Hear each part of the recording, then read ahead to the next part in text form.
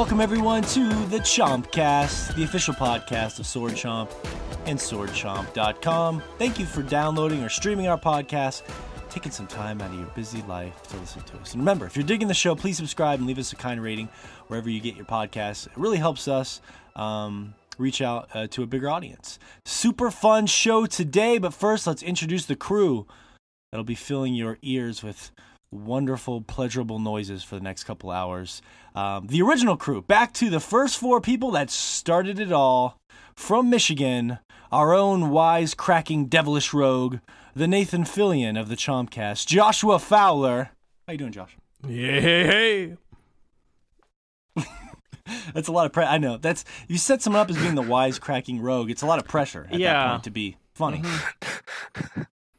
Sorry. Obviously, the first wisecracking rogue I'd think of would be Fat Albert. So that's true. He's quite sneaky. Glad to have you here today, Josh, as usual. From Japan, the traveler himself, or should I say herself. Actually, the traveler has no sex, but this man has plenty of sex. Mr. Shea Layton is here. How you doing, Shea? Good. Just, throwing out all those dirty rags that I have from all the sex I've been having. Ouch. I had to give you a Destiny reference there, but I know it's probably slightly lost on you because you never played Destiny, so you probably have no idea who the fucking Traveler is, do you? I know the one from Hyperlight Drifter.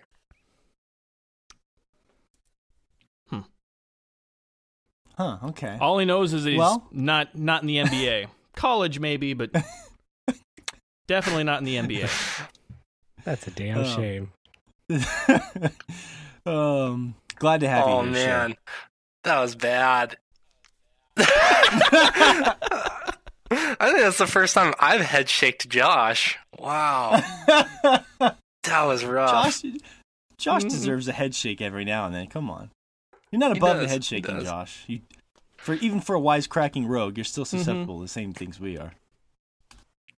I loved it, but wow, that was bad. And of course, our next co-host is from Texas, a man who, quite frankly, for the past week and a half, has requested that his wife dress up as the Cryptarch from Destiny in the bedroom, because it's the only way he can get hard. Anthony Fisher's here today. How you doing, Fish? Oh, pretty good.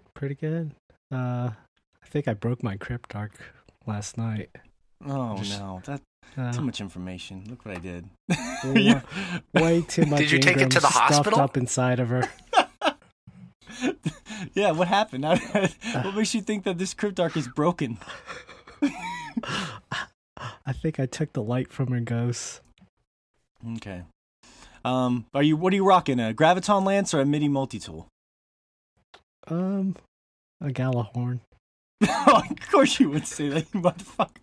There's no Galahorn now. It's long gone, right? It is, but you never know. It may make a comeback. You can dream of those Galahorns. I still have my Galahorn in my pants. And we're glad to have you here this week, Fish. Talk some more Destiny with us, as well as other things. And, of course, I am your host, Morgan, from Montana, General Mountain Time, as they call me. And holy goddamn, do we have a great show today. We have more Destiny 2 talk, of course, because the world just can't quite consume enough of it. We have some really great listener emails this week, which are always a lot of fun. In our biology break portion of the show, we have a great article involving an incubus. Actually, it's the science of sexual hypnagogia. So stick around for that. That's a weird one. So is bio break intentional? Did you know what you were saying going into that? Biology break, yeah. Okay. All right. Yeah. Haven't played a lot of MMOs, have we? No. Oh, is that like bio break? Is that a thing? Is that a nerd thing I'm missing? Yeah, a bio break. That's is when perfect. You have to go piss. Really? Okay. Well, we just changed it. It's now called the bio break portion of the show. Yeah. Forever. I like I how did you not know called that. it being a nerd thing with a bunch of plushies in your background. It's very, very astute of you. It's not a negative connotation of nerddom, obviously. Okay, fair enough. But Because I there are don't definitely judge your some. plushies. I love them, and I'm jealous. You were jealous. I just bought a massive Blastoise plushie today. All right, it's glorious. Gives me power, Shea. It fuels me. A Mastoise?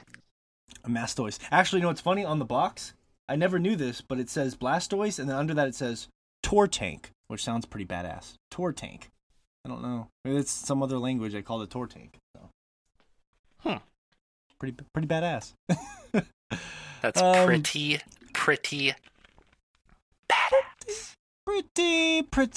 Pretty good for all you Curb Your Enthusiasm fans out there. Now you got me all distracted, but yes, okay, bio break portion of the show. It's good and it's sexual and it's gonna be a lot of fun. So stick around so I can make the crew squirm a little bit.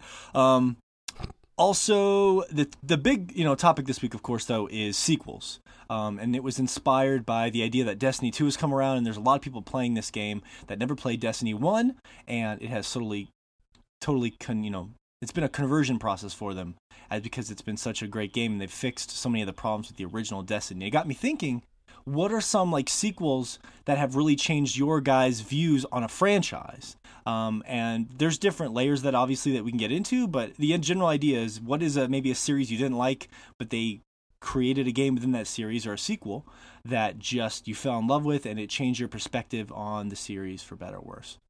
So I will break the ice here because I like to do that just to get the things flowing as easily as we can. This one's pretty easy for me, guys. So there's a little series you guys may have heard of called Uncharted. That the kids like these days, with the swashbuckling Nathan Drake raiding some tombs and whatnot. And I was much like a lot of people out there. I know Shea and Fish didn't even try the series until Uncharted 4. I was the same way. I didn't try the series until Uncharted 2 because I just thought it looked stupid. And I'm going to be honest with you guys, unpopular opinion of the show, and if you're listening, you can banish me to hell if you want to. I don't like Uncharted 1 and 2. I don't like them at all. I think Uncharted 1's pretty boring, and I think Uncharted 2 is just too fluffy and national treasury for my taste. So I pretty much wrote that series off, and then Uncharted 3 came out and blew my fucking mind. I remember me and Josh, we played this back in the day. Drake's Deception was Uncharted 3, and I pretty much just got it because it was a slow week for us back when we did our other podcast, and it blew my mind. Not just the production values, but it was a much darker tone. They had fleshed out the characters a lot more, like Nathan Drake and Elena, and they had these real human layers to them. And then they had refined the gameplay enough to where it was more enjoyable, and it totally changed my outlook on that series, so much so that obviously I was looking forward to 4. 4 was incredible. I wouldn't say that it makes me like 2 or 1 more, because I don't like those games, but it turned me completely around on the series. In a drastic way to where now Uncharted 3 or 4 and some of my favorite games out there.